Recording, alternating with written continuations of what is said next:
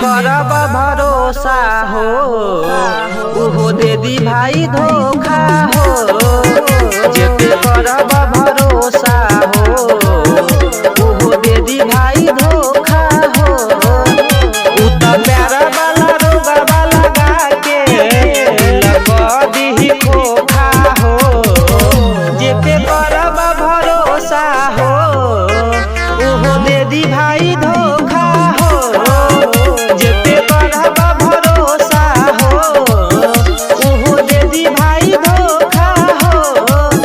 जेपे करब भरोसा हो उहो दे दी भाई धोखा हो।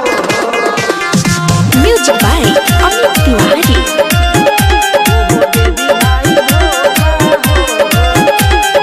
मीठी मीठी बात में तोहके भोराई क्षण भर में जाई तोहके रोवाई। क्षण भर में जाई तोहके रोवाई। ई तो करेली धोखा वाला प्यार हो। झूठे जिंदगिया हो जाता बेकार। तनी पावते ही मौका हो दर्द दीही भाई अनोखा हो। जेपे करब भरोसा हो उहो दे दी भाई धोखा हो।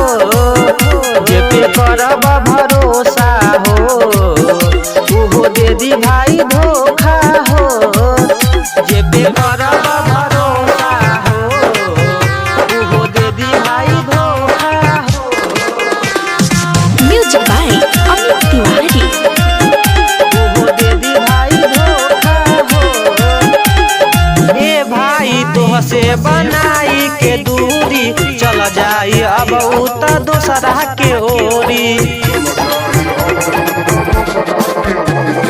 दिलदार दिल खुश के माना मोर बात के। विकास राजा के छोड़ दी है जा बनाई करे जाबा के खोखा हो। लेकिन हई पन सोखा हो। जेपे करब भरोसा हो उहो दे दी भाई धोखा हो। जेपे करब भरोसा हो उहो दे दी भाई धोखा।